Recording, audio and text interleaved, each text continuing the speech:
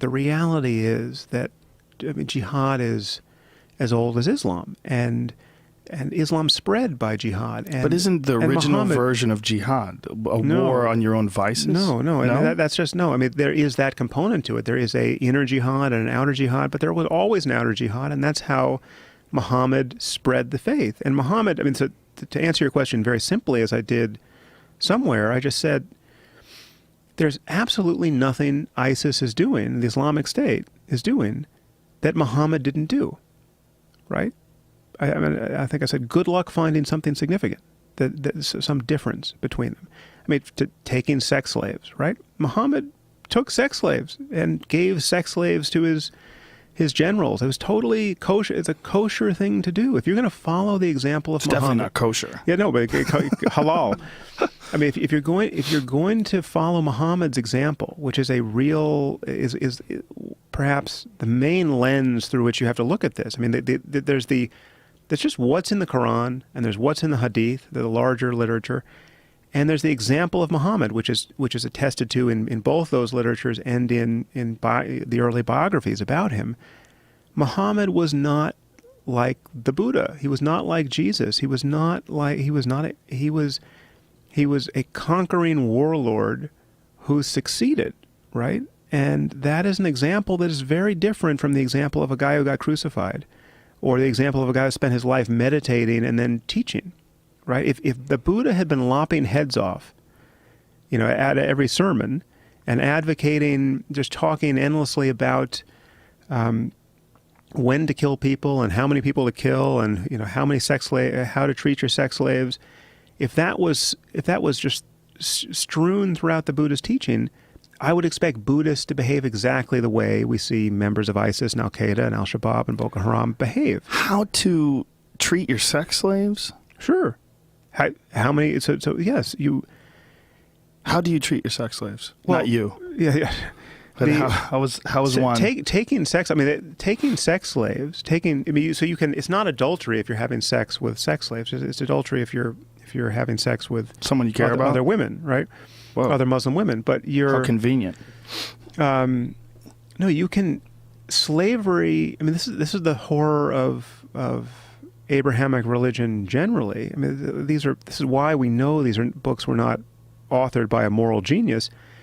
The Bible and the Quran can't give you a basis to resist slavery. I mean, the slavery is supported in both traditions. So the fact that we have, after centuries, decided to more or less unanimously that slavery is an abomination, that proves that there's more moral wisdom to be found outside of these books than inside, at least on that point. And I would argue on virtually every other point of consequence. Now, it's not to say they're not gems of moral wisdom in some of these books, but they're not best found in those books. And there's so much else in there that gives you the ethic of the Taliban, and it's an inconvenient fact because it is. I mean, this is what the fundamentalists, the quote fundamentalists, do. The Islamists and the jihadists look at the books. The members of ISIS right now have the theology on their side. It's not like they're ignoring the books. They're looking at the books very literally. And they're saying, what in here, what are we doing that you don't find in the books, essentially? It's like this is just connect the dots. Well, that was one of the videos that you had posted up on your blog that you and I discussed with right. The guy that was standing in front of all those people that was talking about stoning people for adultery or the treatment of homosexuals, and how that this is not radical Islam. This is just Islam. Right. And that was shocking. And that's one of those videos where you post it or you talk about it and you get 1 million people that get upset at you over it. You get 1 million people that call you Islamophobic or what have you and get upset about it.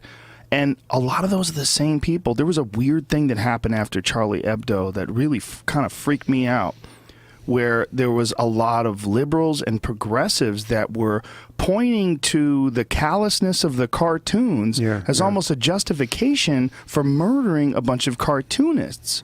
That, you know, the punching down thing kept being discussed. This weird liberal obsession with the way humor is disseminated, that in somehow or another it justified or at least rationalized the fact that they could just gun down cartoonists.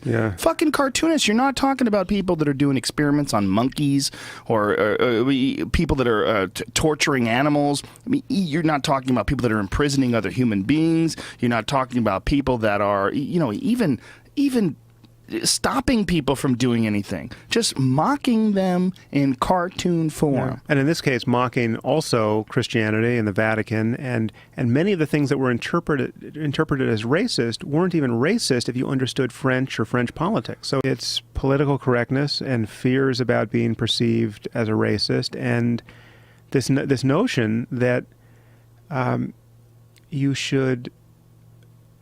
that it makes sense to have a double standard here, where you can, that there's some trade-off between freedom of expression and freedom of religion, where when the freedom that's being claimed on the religious side is the freedom not to be offended, right?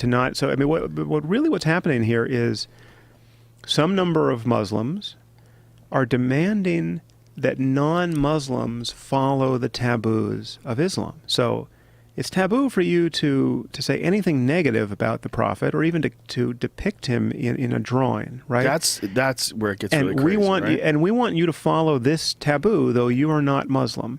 And we feel so strongly about this that we're going to kill you, or make credible threats of killing you, or we're just going to, when people do kill you, we're going to blame you for having gotten yourself killed, for having been so stupid and insensitive by caricaturing the Prophet. And that whole, I mean, that just has to lose. I mean, we have to hold to free speech so unequivocally that all the people over here who think that there's this trade-off between religious sensitivity and free speech just have to realize that they've lost, because we don't play this game with any other religion. I mean, just think about this analogy I've used before, but the Book of Mormon, right? It just pillories Mormonism. It makes Mormonism look ridiculous, right?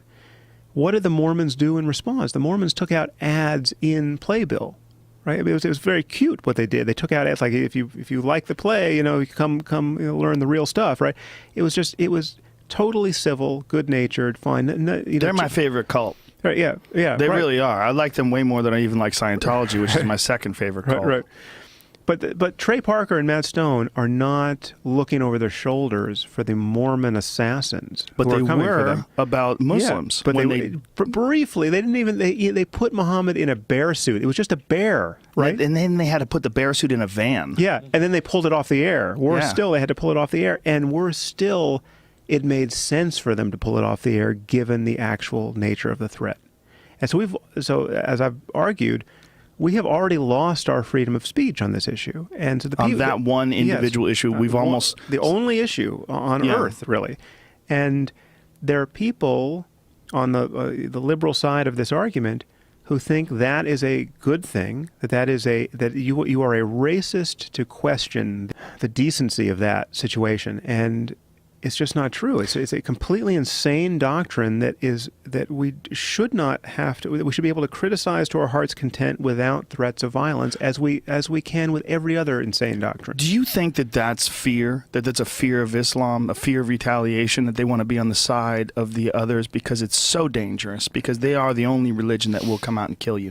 And these same people I've found that will call people out on being Islamophobic will not say a fucking peep about anti-Christian rhetoric. If you start talking shit about Jesus or mocking Christianity, they never have a word to say about it, because it's not dangerous. Because it's not dangerous to be on that side. I think it's much more just white guilt and political correctness.